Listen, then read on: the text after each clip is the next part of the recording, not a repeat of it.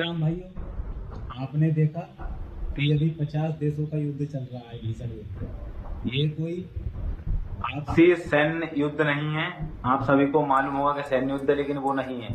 ये सब आपने देखा, मोदी जी के 100 मिलियन फॉलोअर हुए हैं, तो इससे ट्रंप और इजराइल के राष्ट्रपति जो है खिसा गए हैं, कैसे हो गए। इसी के चलते 100 मिलियन होते ही नीतीश कुमार, जो कि बिहार के मुख्यमंत्री हैं, उन्होंने इस्तीफा दे दिया कि मोदी जी के 100 मिलियन फॉलोवर कैसे हुए। तो ये कोई पैसे युद्ध नहीं है, ये बस 100 मिलियन का युद्ध है कि हमारे नहीं हुए, इनके हो गए।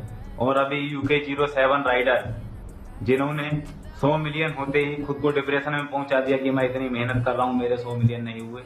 तो इसीलिए मोदी जी के लिए 100 मिलियन इसी के चलते दुनिया में युद्ध छिड़ गया, 100 मिलियन फॉलोअर कैसे हुए। तो बने रहिए आप मेरे नेक्स्ट ब्लॉग के साथ। जय श्री राम।